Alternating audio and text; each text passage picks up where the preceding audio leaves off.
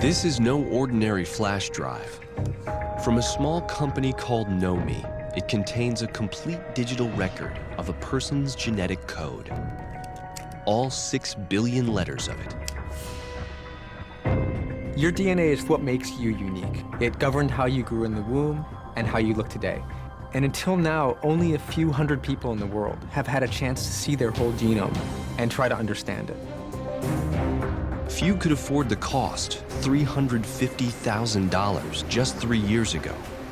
But that's changing.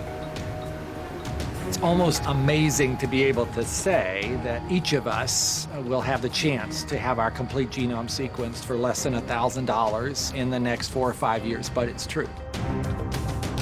The result could be a revolution in medicine, using genetic information to diagnose and cure disease.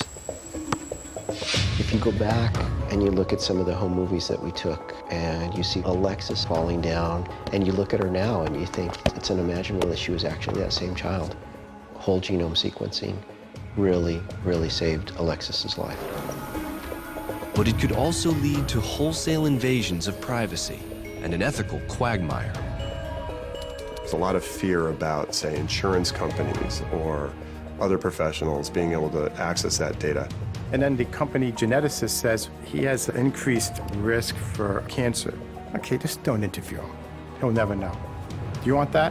Because that is a potential reality.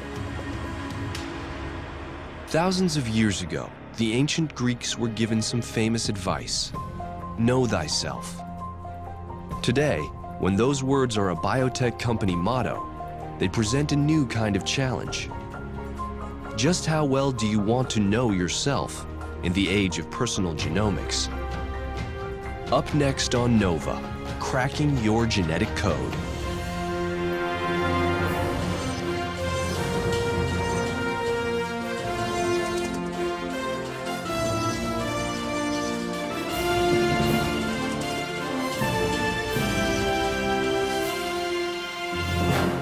Major funding for NOVA is provided by the following. The David H. Koch Fund for Science, supporting NOVA and promoting public understanding of science. HHMI. Howard Hughes Medical Institute. And the Corporation for Public Broadcasting, and by PBS viewers like you. Thank you. Additional funding from Lockheed Martin, inspiring tomorrow's engineers and technologists. Major funding for cracking your genetic code is provided by the National Institutes of Health, NIH, turning discovery into health. Additional funding is provided by Millicent Bell through the Millicent and Eugene Bell Foundation and the George D. Smith Fund. A few years from now, you may boot up your tablet to find a life-changing report. A report on your own personal genetic code. On the thousands of genes that spell out your body's instructions. Deciphered, your genes will reveal your risks for one disease after another. Those you may get yourself and may pass on to your children. How will it feel to have this information? You may find out sooner than you think. We're entering an era of unprecedented self-knowledge. We are really beginning to understand the living processes that constitute ourselves, where we can begin to intervene to take control of our own future. Genomics offers us the chance to look in the most precise way at what the causes of illness are and how to prevent and treat illnesses with that information. And we have that opportunity now in front of us. This could be your future. A new kind of personalized medicine based on your genetic code. One that predicts risks so you can stop diseases before they appear. If there's a way of stopping them. But what if you can't? What if you have a gene mutation that says, doesn't matter how you live your life, doesn't matter what drugs you take, you will get this disease, and probably before 50 years old. Not everybody can handle genetic testing, and This information affects the way you live the rest of your life if you are going to get a disease. But while some sound notes of caution, the science is rushing ahead and is now taking on medical challenges once thought impossible. Consider Andrew Schmitz, a bubbly 5-year-old who has no idea his life hangs in the balance. It started with high fevers and joint pains. And then July, he had his first stroke. And then he had 2 in October and 1 in November that required brain surgery. And then his last one, number 5, was a week ago. Andrew is at the center of a medical mystery. His parents have consulted dozens of specialists, but so far his symptoms defy diagnosis. He gets steroids to calm his immune system and has been on and off chemotherapy. Nothing seems to work. At Children's Hospital in Milwaukee, Andrew's pediatrician, Dr. Sheetal Vora, assesses his condition and the toll being taken by the drugs used to treat him. Can you look up all the way to the ceiling with your head? Nice job. It pains you because I've been there with this family from the beginning, and I've seen the ups and downs and told them the brutal truth that, you know, you use all these medications, but they also can have their harms as well. Does the light bother you? Desperate for a diagnosis, Dr. Vora has brought in geneticist Howard Jacob. Okay, don't let me pull. Right now, we don't know what is the cause of his disease. It's possible that it's environmental. It's possible he had some type of an infection. In general, though, somebody else should have it. Why doesn't anybody else have it in the family? What about in the community? So a more plausible explanation is that it's probably genetic. So if it happens to fall into a gene, if Jacob is right, there's a chance that Andrew's condition could finally be diagnosed, opening up the possibility of a cure. So we'll do everything we can to sort through his genome and see what we can find in there. To fulfill this promise, Jacob will be putting Andrew in a select group. Those who have had their genomes, that is, all the genetic material contained within their cells, read out, letter by chemical letter, 6 billion in all. To start the process, a nurse draws Andrew's blood. The next day, it arrives at Illumina, one of a handful of companies that reads or sequences genomes. In the lab, the blood is processed to extract its genetic material. As proteins and fats are washed away, delicate fibers clump together. This is DNA, life's master molecule. Next, the DNA is sheared into fragments, making it easier to sequence. It is such a complex task that sequencing the first human genome took 13 years, $3 billion, and hundreds of scientists. When the first draft was finished in 2000, it was hailed as one of humanity's great achievements. This is all the instructions there are, telling you all the tricks cells use to actually go from being a single cell to a whole grown-up individual. All those recipes are written in exactly the same language. A language whose alphabet consists of 4 chemicals, each known by its initial, A, T, C, and G.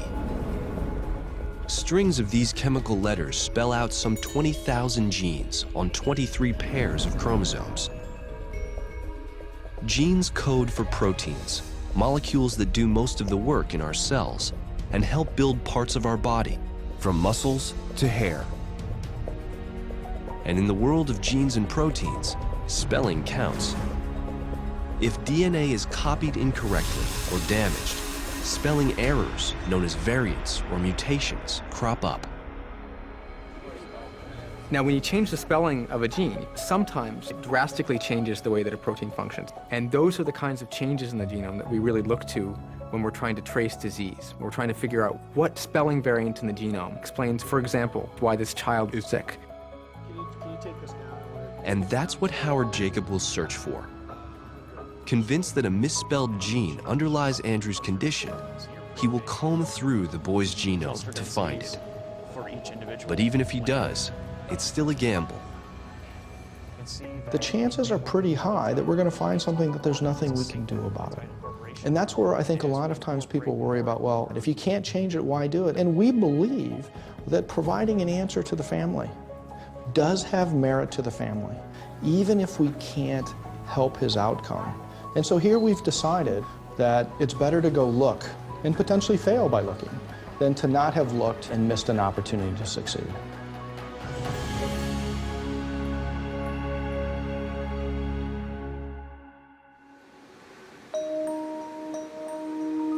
As advances in technology drive down the cost of DNA sequencing, it's becoming accessible not just to the sick, but the curious. And a handful of companies have arisen to meet the demand. They don't offer whole genome sequencing yet, more of an economy class genome scan. One of the best known is the Silicon Valley startup 23andMe, co-founded by Ann Wojcicki. From day one when we started this company, our goal has always been how do we make genetics accessible? And we started off with the genotyping technology because it's a fabulously robust technology, it's incredibly reliable, and most importantly, it's inexpensive. Human genomes are 99.9% identical. But by analyzing the DNA in your saliva, 23andMe will show you 1 million sites in your genes where the spelling sometimes differs between people. These one-letter variants may predispose you to certain traits and diseases. 1 million letters may sound impressive, but that's far less than 1% of your DNA. Genotyping is not DNA sequencing. Genotyping is identical to looking at 100 words in a 600-page novel and believing you know everything about Tolstoy. Genotyping can explain odd traits, such as why some people find Brussels sprouts bitter. But when Jay Adelson wanted to know his chances of getting the brain disorder known as Parkinson's disease, he found the results far less clear. There's something called an odds calculator, and that odds calculator says I have roughly a 60% chance of contracting Parkinson's disease. And my father has it, but his parents and his grandparents, no one had Parkinson's disease. So while it's a genetic trait that passes down, it doesn't necessarily mean that I'm going to contract it. And so I spent a lot of time trying to understand what it meant. Almost all the evidence we're going to get will be not hard, determining facts about our futures, but it'll be probabilistic information. It'll tilt the odds a little bit one way or another. And we're not very well prepared as a society to sort of negotiate those risk elements. And some people will overinterpret those risks, and they will rush out and try to get diagnostic tests, or they'll try to get surveillance tests to try to help them interpret what this information means and what it doesn't mean. Given such concerns, critics argue that genetic information should only come from a medical professional. Ann Wojcicki disagrees. As of today, we're the only company that allows you to go direct to the website and not require you to go through a physician. And again, I think this is really core to our belief that your genetic information is something that's fundamentally about you, and that you should have the right to get access to that information. Even the head of the National Institutes of Health, Francis Collins, decided to take the genomic plunge. He submitted his DNA to 3 genotyping companies, including 23andMe. I was a little on the cynical side about, yeah, these are early days, and how do I know they even got the results right? But opening up that website and beginning to look down the list of things where I turned out to be at higher than average risk got my attention. All 3 companies agreed Collins was at a substantially increased risk for getting type 2 diabetes. And that got me motivated. I am 27 pounds lighter today than I was 2 years ago, and I'm working out 3 times a week. And the chance to have a little bit of a prediction about your future, as imperfect as it is right now, and it's very imperfect, could still be a teachable moment. but some of the results were contradictory. Prostate cancer was the most glaring example. One company said higher than average risk. One said about average, the other said lower than average risk. So what's going on? According to neurogeneticist Rudy Tanzi, companies often look at different parts of genes and make predictions based on incomplete data. These two are that one. Even when we have that full set of genes where these variants increase your risk and these variants protect you, knowing how they work together or independently to come up with a real number, good luck. And remember, most of those variants are going to work together with your lifestyle. They're not guaranteeing anything. It depends on how you eat. Do you exercise? I always think about, is it possible that the person who's told they're not at high risk will do less and maybe be harmed?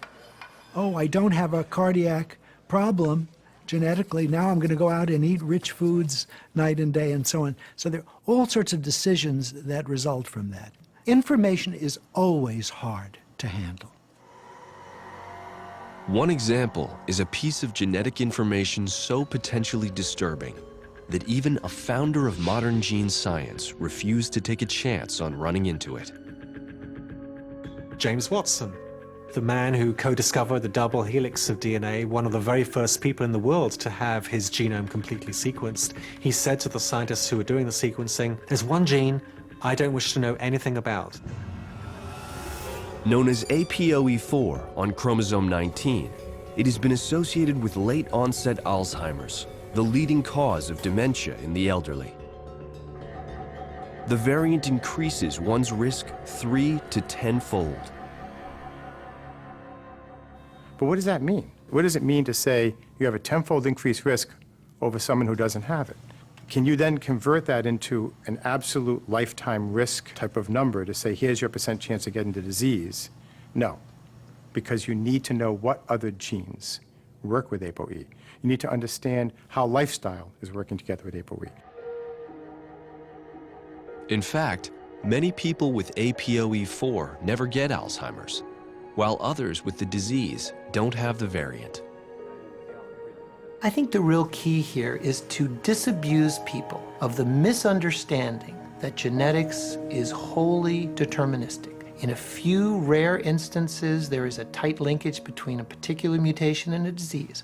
But the vast majority of genetic information is largely probabilistic. Yet some genes speak louder than others.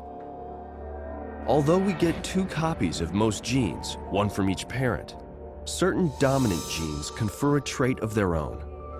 I'm going to lunch with Mama. And certain dominant disease genes, although rare, will eventually make you sick. As a volunteer for the Huntington's Disease Society, Katie Moser works with people in this rare category. Among them, Megan Sullivan. 4 years ago, Megan was a high school student with everything to look forward to. But with college came a set of heartbreaking symptoms. Oh my God, my sophomore with these. I had no idea why, because in high school. Since 5th grade, I made the honor roll every single time. The reason for Megan's plummeting grades, sudden movements, and stumbling speech is a snippet of genetic code that repeats many times instead of a few, causing Huntington's disease. The mutation creates an elongated protein in the brain, which is as toxic to Megan as it was to Katie's grandfather, who also had Huntington's. And if he passed this gene to Katie's mother, Katie had a 50% chance of carrying it herself. For years, she wondered if she should get tested. In the case of a gene mutation that guarantees the disease, that's a real tough decision because there's no hope. If you get the wrong answer, it's somewhat of a death sentence. I decided to get tested for the gene because I wanted to be able to plan my life financially, physically, emotionally, and I wanted to know if someday I would start showing symptoms. but my family did not want to know. Tests confirmed that Katie will eventually get Huntington's disease. But knowing has had repercussions. Dates who disappear. Relatives who won't speak to her, since they must now confront their own genetic status. The burden of knowing is what journalist Catherine Elton calls it. For this age of personalized genetic testing, it's not personal. People exist in families, and by the nature of the fact that you have tested, you are revealing this information to people who may not want to know. Elton herself was offered a test for mutations in the BRCA1 gene, linked with a high chance of getting breast or ovarian cancer. Her mother, her grandmother, and her aunt had their lives cut short by these diseases. If Elton had the mutation, she could minimize her risks by having her breasts and ovaries removed. If she wanted children, she would have to have them before surgery. I didn't want those results. I didn't want to have that in the back of my mind and maybe make me settle for the wrong guy and rush into having kids before I was ready. I mean, I think there is a real fine line between avoiding death and ruining her life. But Elton, too, has paid for her decision. In 2008, while pregnant with her second child, she was diagnosed with breast cancer. Yet despite the ordeal of surgery and chemotherapy and the risk the cancer might come back, she's convinced she did the right thing by not getting tested in her 20s. If I had made those decisions at 27, I can't even believe what I would have missed out on. And as the technology becomes more accessible, people just think, well, this is what you do. But I happen to believe that some of the costs of knowing our genetic destiny can outweigh some of the benefits. While Catherine Elton sees genetic information as potentially damaging, others see her disease-causing variant, BRCA1, as one of the first you can do something about. A so-called actionable gene. These are genes where if you know the patient has a variant in that gene, you can actually counsel them on things that will improve their wellness. One of these variants causes deadly blood clots, but needn't if you avoid long periods of immobility or take blood thinners. Another variant tells us we could fall victim, even in our teens, to a heart attack. As a healthy adult, if you learned about one of those variants and found out you carried it, how would that change your life? Well, you might actually invest in defibrillator machines for your home or your workplace. You might change your vacation plans in terms of whether you want to do really strenuous sports activities or shock yourself by jumping into cold water. So far, scientists have found about 200 actionable genes, including one that boosts your chance of colon cancer by age 45. So what can you do about that? Well, if you start colonoscopies at 25 or so, you can actually keep people free of the disease. If you look at a personalized medicine approach, the mantra is early prediction, early detection. You want to know pre-symptomatically if you're in trouble, so that you can start treatment to nip the disease in the bud stage, prevent it before it strikes. And if you do get sick and your doctor has to make a decision about how to treat you, there are going to be signals in your instruction book to say, not that drug, use this one instead. Of course, personalized medicine only works if we know the gene variant responsible for a condition. Back at Milwaukee's Children's Hospital, the search for the genetic cause of Andrew's illness is beginning. His decoded genome has arrived from Illumina. Sequencing took 45 days and cost $7,500. The next challenge, and the major expense, is figuring out what it all means. To find Andrew's variants, Jacob's team will compare his genome with thousands of others. but mainly with the reference genome sequenced by the Human Genome Project. So this here is the reference sequence? The computer is the first pass. It basically goes through and asks a question at each point across Andrew's DNA. Are you the same or different from the reference? And when we see a difference, we then ask a question, is that difference meaningful? Meaningful in that the variant must be unique to Andrew and a possible cause of disease. But as the list of suspects shrinks from 3 million to a few thousand, success proves elusive. Meanwhile, Paula and Mike Schmitz keep Andrew's life as normal as possible. We had hoped that he would progress a little better with his rehab, with his walking. And, you know, it's hard to live every day with the anxiety of not knowing what's next, you know, and with Andrew, there's always something next. But there is hope. One source of this hope is another Wisconsin boy. From age 2, Nicholas Volker struggled with a condition that ate holes in his intestines. When treatment after treatment failed, Nick's doctors turned to Howard Jacob and gene testing. That's for your birthday. Shall we open it? Yeah. Now, nearly 2 years later, Nick is paying Jacob a visit. Ask the question, how many PhDs does it take to assemble Green Lantern? Nick is the model for the success of this approach.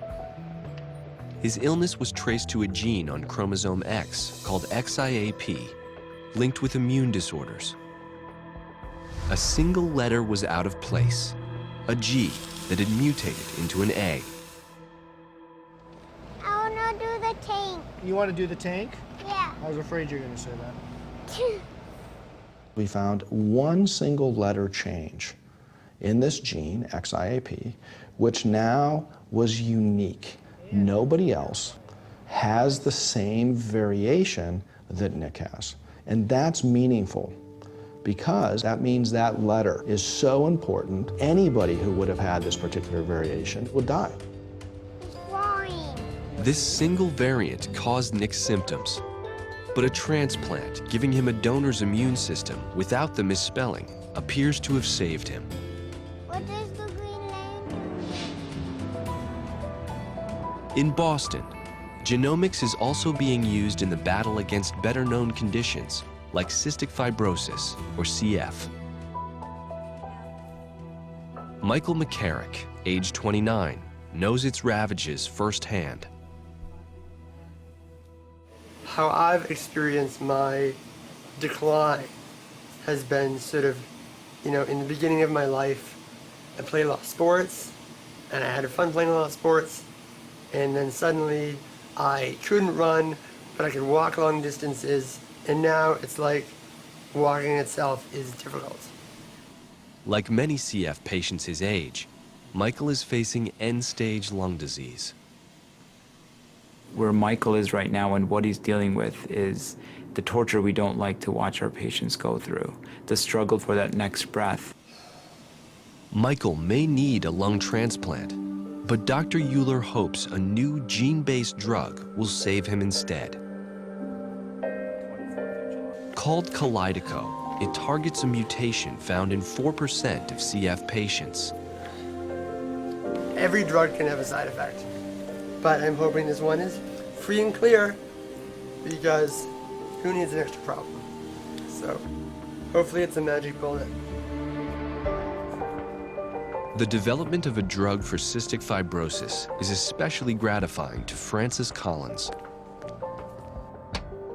Decades ago, Collins and a team of scientists, using rudimentary technology, set out to find the genetic defect behind the disease. Back in the 1980s, this was like looking for a needle in the haystack in the dark with thick gloves on. And one day, in the spring of 1989, the data came across showing that individuals with cystic fibrosis were missing just 3 letters of that code. Just 3 letters, that is, from each copy of a gene called CFTR on chromosome 7. Because the mutation is recessive, only those who inherit a copy from both parents get the disease. While we now know 1,800 different mutations in this gene can cause CF, Colin's team found the main one, truly his needle in the haystack. When this was announced in August of 1989, the excitement was palpable. And I think many of us thought maybe this is the launch of a therapeutic effort that could happen pretty quickly. In reality, a clinical breakthrough would take another 20 years of research and hundreds of millions of dollars. Some of the most successful work has been done at Vertex Pharmaceuticals in San Diego, where scientists are trying to fix the defective protein made by the CF gene. The normal protein creates an opening for salts to move across cell membranes, keeping them moist enough for tiny hairs called cilia to beat and remove mucus. In CF, the cilia is not able to clear out the bacteria and the mucus, and this leads to the chronic cycle of infection. So the first challenge was to be able to find molecules that help the protein work better. Drawing on a vast chemical library, the research team employed a small army of robots to test 600,000 compounds on cells taken from CF patients. To date, 2 drugs have shown the most promise, one of them Kalydeco. When tested on CF cells, it helped the protein function, allowing salts and fluids to flow across membranes. Van Goor could watch the result, cilia beating, clearing away mucus, while untreated cells languished. It was an exciting moment where we really felt we were on the right track, designing drugs to fix a specific problem in a protein caused by a mutation. Whether Kalydeco will work for Michael McCarrick, whose lungs are severely damaged, remains unclear. But younger patients, like Paul Glynn, are seeing a world of difference. It's a lot easier because I'm not like coughing. I can breathe easily. And then my weight, it's been going up. Since taking the drug, Paul has gained 12 pounds, enough to make the local football team.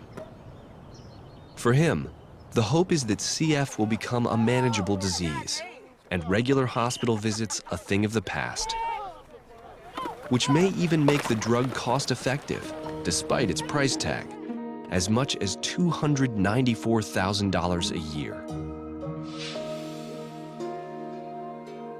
In Boston, meanwhile, at Massachusetts General Hospital, doctors are using new gene-based drugs to target the most common disease of the genome, cancer.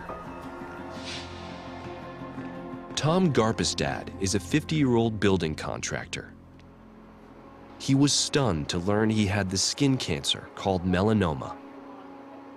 Melanoma is the cancer that doesn't act like cancer. I had no symptoms, no weight loss, no night sweats. I felt perfectly fine up until the point that my neck started bothering me. That was the only time I had any symptoms. Scans revealed the cancer had spread from his skin to his neck, lungs, and liver. Patients who have melanoma that has spread to other parts of the body from the primary skin site have, from the time of initial diagnosis, typically a year or less. Tom had already had metastatic melanoma for sufficiently long that as he walked in the door to our clinic, he was down to a month or 2. I talked to my brother, who's a doctor, and he started telling me how severe melanoma is. You know, the average life expectancy of somebody with metastatic melanoma is 9 months, you know. Research labs weren't even working on it that hard because it seemed to be completely intractable. Nothing would ever work. And this all changed almost overnight with the sequencing of the melanoma genome. The idea of sequencing a cancer, it's as big as the human genome. Each cancer cell has an entire human genome in it, just mutated in various ways. And genomics told us there was a mutation in many melanomas in a specific gene that goes by the funny name BRAF. And it led to the idea that if you could inhibit this BRAF, you might be able to stop the melanomas. Luckily for Tom, gene sequencing revealed he had the BRAF mutation. he could now join a clinical trial of a new drug designed to neutralize its effects. The cancer was getting very aggressive, and then they started me on the BRAF medicine, and within a week, I could feel the tumors shrinking. The BRAF mutation results in a defective protein that signals cells to divide uncontrollably. The drug binds to this protein, stopping both the signal and the cancer. Unlike chemotherapy drugs, this one kills only cancer cells, nothing else. PET scans of patients reveal tumors that once riddled bodies, shrinking or vanishing within weeks. We had a situation in a disease that was never responsive to therapy 90+% of the time. To have that turn around and have it be 90+% of the time that the treatment worked, that's when we knew we had completely crossed into uncharted territory. Only 2 months after lying near death in the hospital, Tom was back to his old life. I think that's too skimpy for the, you're gonna hand them right down? People close to me, seeing me back on the job, just getting out there and doing things again. It was amazing. And I was always, thinking, hey, how sick was I 2 months ago? Look at me now. But that doesn't mean the war is over. Keith Flaherty's dismay, scans show melanoma returning in many patients. Cancer cells, like viruses and bacteria, can evolve to resist drugs, even those that target genes. But now, the ability to compare cancer genomes before and after treatment is allowing scientists to see how resistance develops. The goal is to use the cancer genome itself to tell us how to defeat cancer. Tell us what's wrong in a cancer and where we should hit it. Tell us how it's becoming resistant and how we can block it. With resistance, new mutations arise in melanoma tumors, and once again, defective proteins ignite the cancer. So now Tom is taking a second drug, which targets a mutation linked to these relapses. 8 months after starting his treatment, he awaits the results of a new set of scans. The scans do show some regrowth, but only in a limited area. In all the other areas where we've seen signs before, things look great. Afterwards, Tom takes in the news. I probably wouldn't be alive right now, So, I mean, I'll take the 8 months, I mean, it's still a miracle drug, I think. At present, patients like Tom are getting between 2 and 18 extra months of quality life from the new treatment.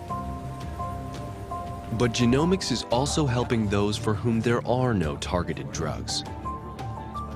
Thousands of breast cancer patients are taking a gene test, which tells them how aggressive their cancer is and whether they need chemotherapy or can safely skip it.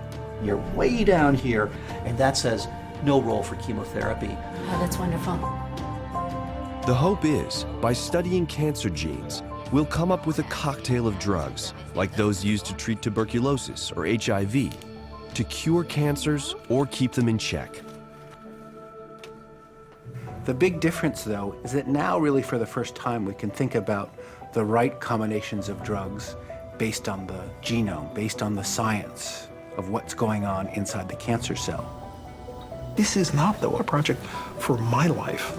This is a project for my kids. This is a project ultimately for their kids. But if in the course of this century we have a complete roadmap of what a cancer knows how to do, that will be a mind-boggling advance in medicine. Another extraordinary advance would be to eliminate inherited diseases before birth. We're already taking the first steps. By fertilizing an egg and producing an 8-cell embryo, you can pluck off one of those cells and analyze its genes. Then you can screen that embryo for a host of diseases using a technique called pre-implantation genetic diagnosis, or PGD. When we first started performing this technology, I think our biggest worry was, aren't we going to create some kind of a birth defect that is maybe even worse than the disease we're trying to avoid? And what we learned was that the embryo doesn't seem to mind. At the Genesis Genetics Institute, Mark Hughes and his team are using PGD to test embryos for mutations that can give rise to over 300 diseases, including Huntington's and cystic fibrosis. Only embryos free of certain mutations are implanted in the mother.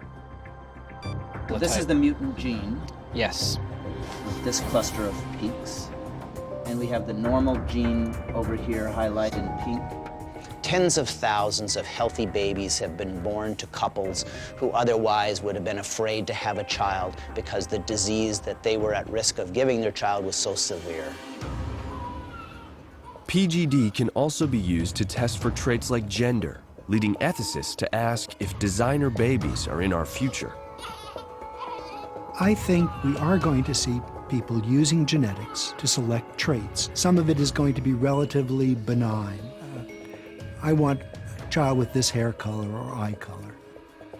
As to where our ability to really intervene in our own living processes is really going to lead us, we simply do not know. And that is the promise and that is the threat of this period.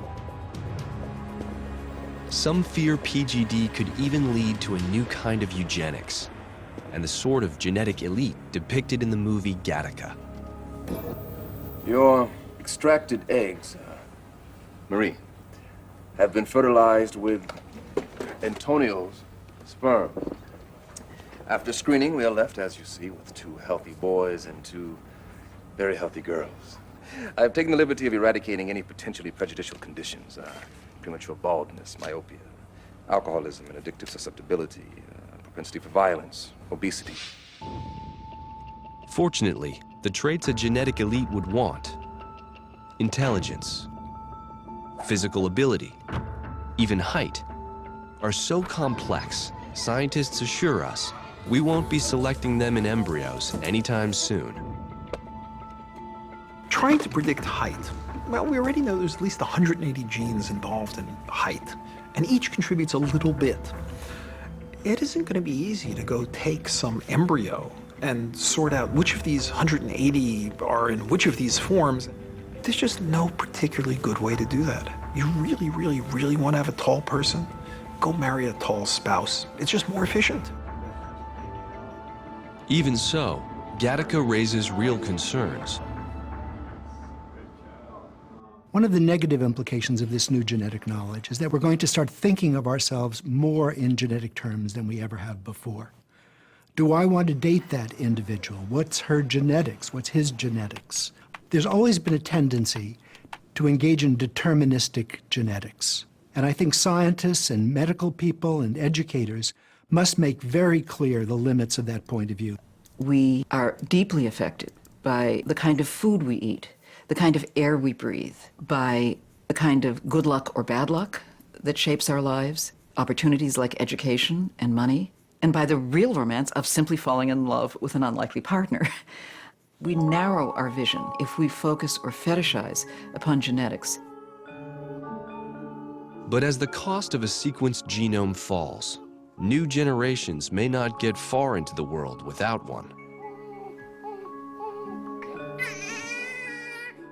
And I envision a day when every child is born, they prick that child's heel, and that DNA from that child is decoded right at birth. For 14-year-old twins Noah and Alexis Beery, sequencing at birth could have made a world of difference.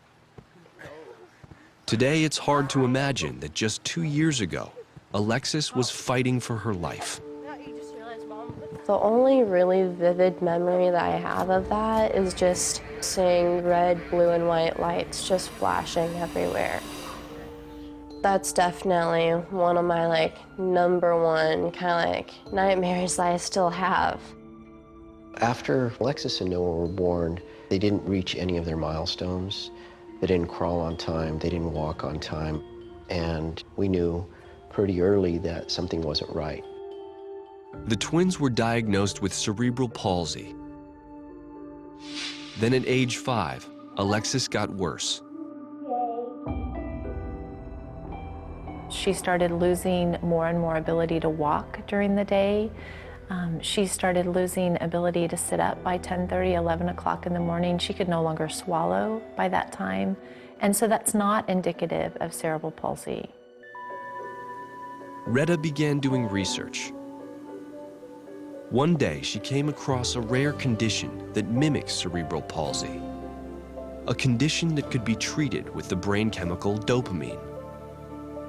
Dopamine is crucial to our body's ability to move. And the morning after Alexis took it, she woke up to a new world. She was walking, she was talking, she was using her arms, she was whistling. Noah also responded.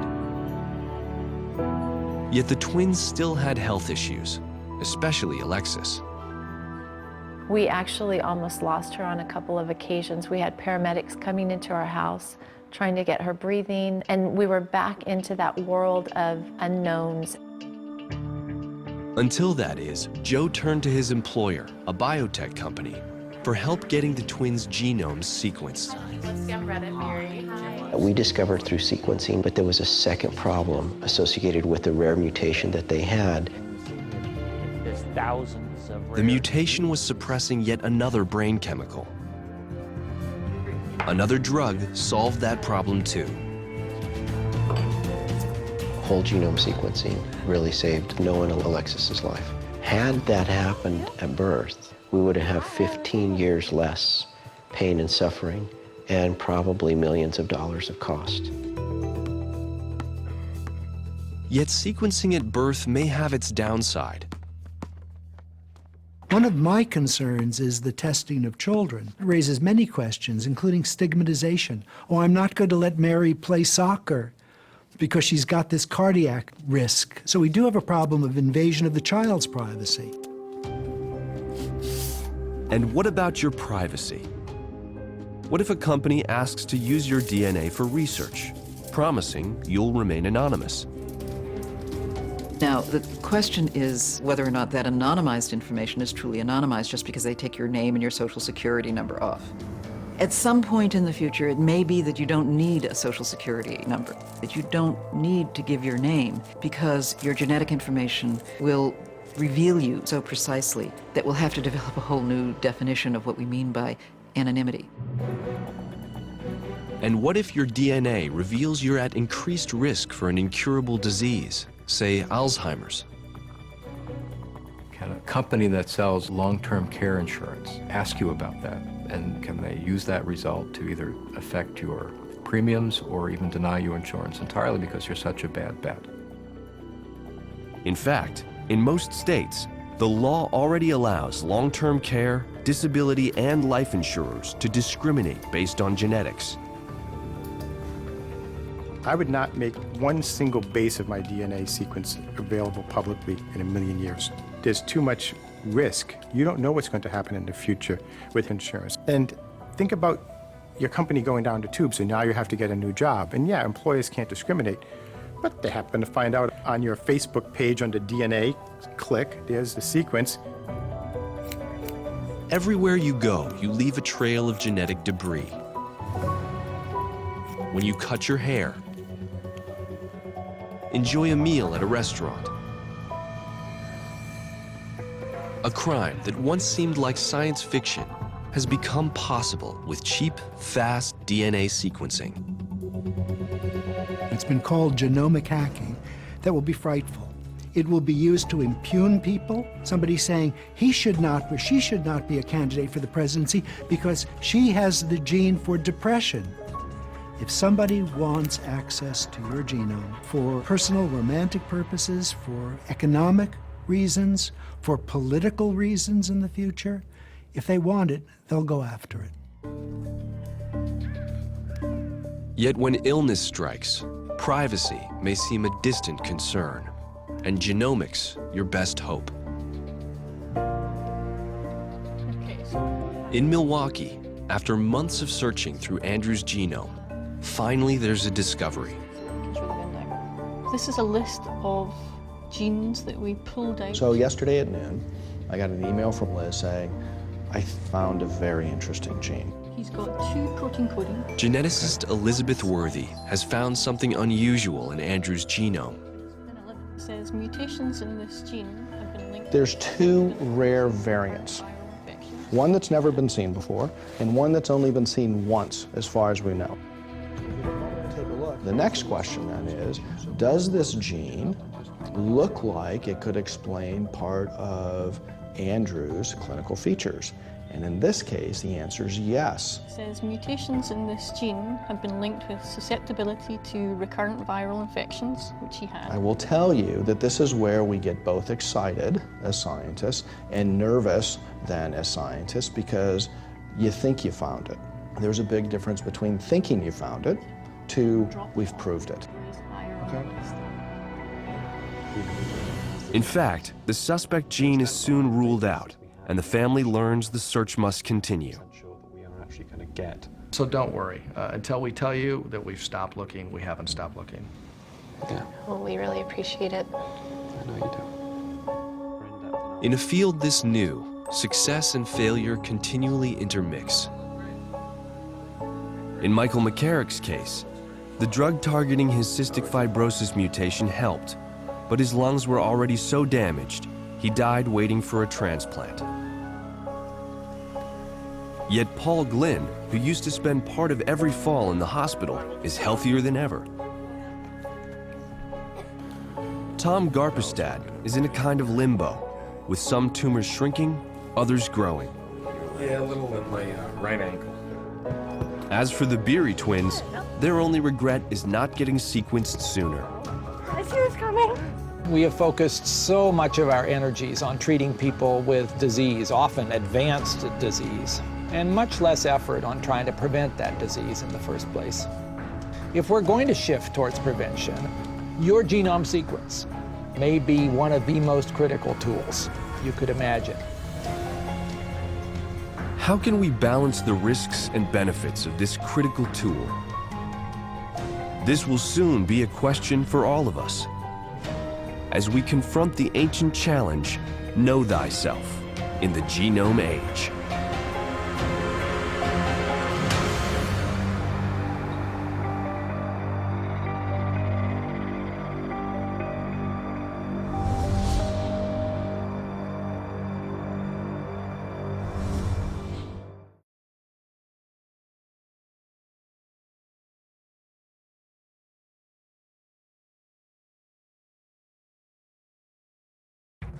The exploration continues on Nova's website. Do you want to know your chances of developing Alzheimer's disease or breast cancer? What about selecting your future offspring based on genetic risk? Decide for yourself and see what others would choose. It's more complicated than you might think. Find out why in a Nova Interactive. You can also watch short-form videos and hear from experts. Follow Nova on Facebook and Twitter. Find us at pbs.org/Nova.